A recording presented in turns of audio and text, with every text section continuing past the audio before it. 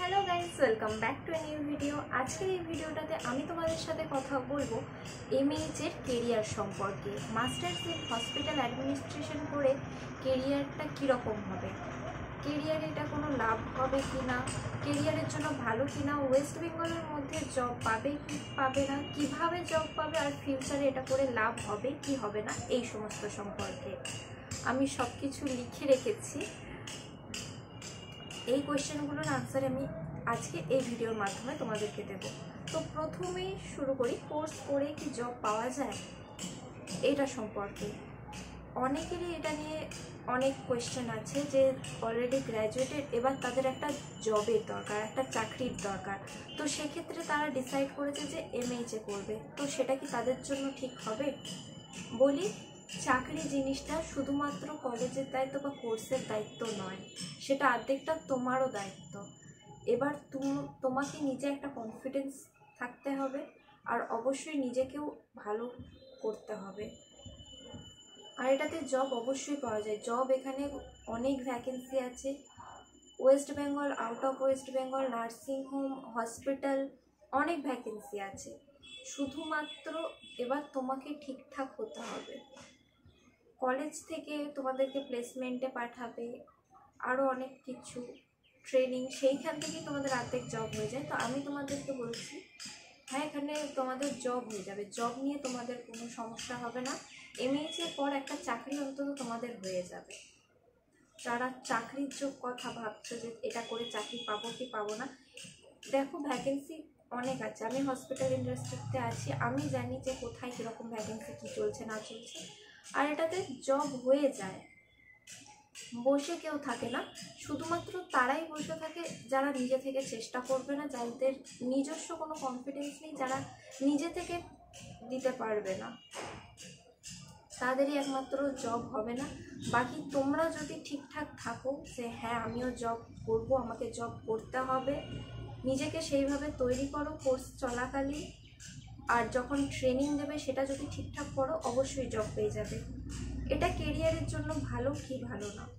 খুবই ভালো কেরিয়ারের জন্য। যারা, আমি আগেও বললাম যে যারা ভেবে রেখেছো যে অলরেডি গ্র্যাজুয়েশন হয়ে গেছে, এবার একটা জবের দরকার, তারা যদি এই কোর্সটা করে তাহলে 2 বছরের মধ্যে তারা কোর্স কমপ্লিট করার পর একটা জব অবশ্যই পেয়ে যাবে।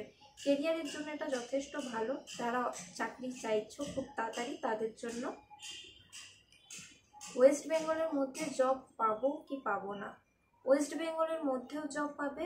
আমি তোমাদেরকে বলি, সবথেকে ভালো হয় যদি তোমরা কলকাতা সাইডে জব করো, কারণ এখানে ওয়ার্ক লাইফ ব্যালেন্স যেটা থাকে সেটা খুবই ভালো থাকে।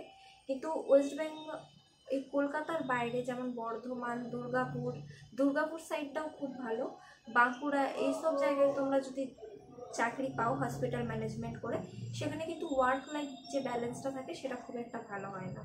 তাই ওয়েস্ট বেঙ্গলের মধ্যে তোমরা জব অবশ্যই পেয়ে যাবে। আমি এতক্ষণ যে কথা বলে যাচ্ছি যে চাকরির অভাব হবে না, সেটা আমি তোমাদেরকে ওয়েস্ট বেঙ্গলের মধ্যেই বলছিলাম। তোমরা যারা আছো, যারা ওয়েস্ট বেঙ্গলের বাইরে চাকরি করতে চাও না, নিজের জায়গাতেই এখানেই চাকরি করতে চাও, বাড়ি থেকে যাতায়াত করতে চাও, তো তাদের জন্য বলি হ্যাঁ, ওয়েস্ট বেঙ্গলের মধ্যে তোমাদের চাকরি হয়ে যাবে। কিভাবে জব পাবে? আমি তোমাদেরকে প্রথমেই বললাম, চাকরি পাওয়াটা শুধুমাত্র কলেজ বা কোর্সের ওপর ডিপেন্ড করছে না, করছে তোমাদের নিজেদের ওপরেও। তোমরা নিজেরা কতটা দিচ্ছ, নিজেদেরকে কিভাবে তৈরি করছো, তার উপরেও কিন্তু পুরোপুরি ডিপেন্ড করছে। কলেজের প্লেসমেন্ট তো আছেই, সাথে যখন তোমাদেরকে ট্রেনিংয়ে দেবে 90% তোমাদের চান্স আছে যে ট্রেনিংটা দেবে, যেখানে দেবে সেখানেই চাকরি পেয়ে যাওয়ার। তো চেষ্টা করবে যে যখন তোমাদের ট্রেনিংটা দেবে খুব ভালো করে করার, আর সেই সময়ে তোমাদের যেন ট্রেনিং চলাকালীনই তোমাদেরকে যেন নিয়ে নেয়। বেশিরভাগ হসপিটালই, মানে সব হসপিটালই ইন্টার্ন বা ট্রেনিং এই জন্যই রাখে, যখন দেখে যে ট্রেনিংয়ে ভালো করছে, ইন্টার্নশিপটা ভালো করছে, তখন তাদেরকে পার্মানেন্ট করে দেয়। এটাই হসপিটালের রুলস। এমনি একবারে ফ্রেশার্স নিয়ে আনে না, আগে ইন্টার্নশিপ করায়, ইন্টার্নশিপ করিয়ে দেখে যে ইন্টার্নশিপটা ঠিকঠাক করছে কিনা, তারপরে তাকে জব অফার করে দেয়। 90% এভাবেই চাকরি হয়। তো আমি তোমাদেরকে বলবো, চেষ্টা করবে নিজেদের ট্রেনিংটা খুব ভালো করে করার, আর তারপরে কলেজ থেকে প্লেসমেন্ট সেটা তো আছেই। নিজে থেকে চেষ্টা করলে নিজে কোথাও সিভি দিতে পারো, লিঙ্কডিনে অনেক মেল আইডি থাকে, সেখানে তোমরা সিভি পাঠাতে পারো, সেইভাবেও তোমরা চেষ্টা করতে পারো। এটা করে কি ফিউচারে কোনো লাভ হবে?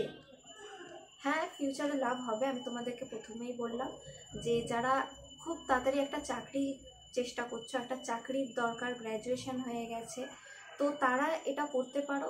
এটাতে তোমাদের ফিউচারে লাভ হবে, তোমরা ফিউচারে একটা জব পেয়ে যাবে এর মাধ্যমে। তো আজকের ভিডিওটা এইটুকুই।